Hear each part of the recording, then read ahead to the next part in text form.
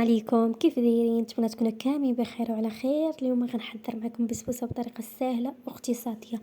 ندوزو لطريقه التحضير. اول حاجه غنوجد الطاوه على جنب اللي غندخلها الفرن، وغندهنها بالزبده وبالسميده رقيقه. غندهن الجوانب كاملين ووزعوا السميده على الطاوه كامله باش ما تلصقش ليكم. ودابا غندوزو المكونات اللي غنحتاجو فيهم. غنحتاجو 4 الكيسان ديال السميده رقيقه، وغنحتاجو كاس ديال الماء وكاس ديال السنيده، كاس الا ربع ديال الزيت نباتي، 2 البيضات. وانا غنستعمل النكهه ديال الليمون. هنايا غنحتاجو الكوك 2 المعالق كبار، و2 ساشي بيكين باودر وساشي فاني. ودابا غندوزو لطريقه التحضير. غنجيبو الاناء اللي غادي نخدمو فيه، غنديرو قريصه الملحه لتحسين الذوق، وغنضيفو البيضه الاولى والبيضه الثانيه، ويكونوا بحراره المطبخ. غنضيف الكاس ديال السنيد وغنضرب كلشي مزيان حتى الخليط يبان لكم بدا كيبيض.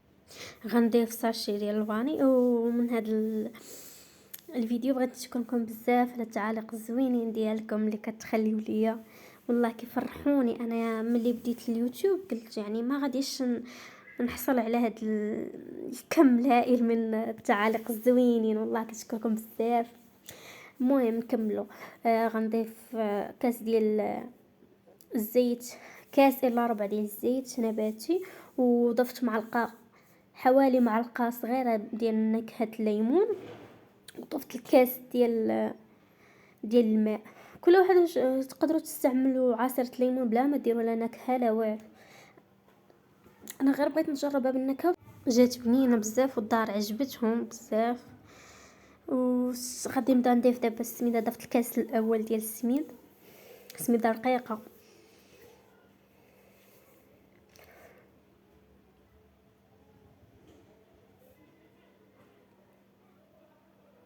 الكاس الثاني،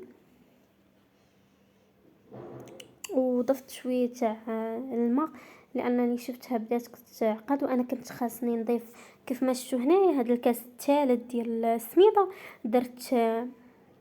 درت نصف كاس ديال السميد،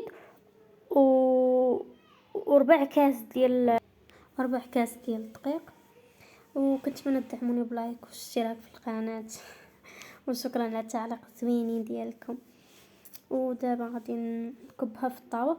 انا خدات ليا في الفران حوالي 20 دقيقه بحال هكاك وجديت. ودابا غنوجدوا السيرو ديالنا اللي احتاجيت فيه 2 كيسان ديال الماء وربع كاس ديال السنيده. حركت كلشي مزيان على البارد ودرتهم فوق البوطه. خليتهم واحد 10 دقائق بحال هكاك حتى غلى مزيان. انا وجدته هو الاول هاد السيرو باش يبرد، باش ملي نكبو على البسبوسه ديالنا تشرب. ودابا غادي نزينوا الكيكه ديالنا وتزيين اختيار. وكنشكركم بزاف والله.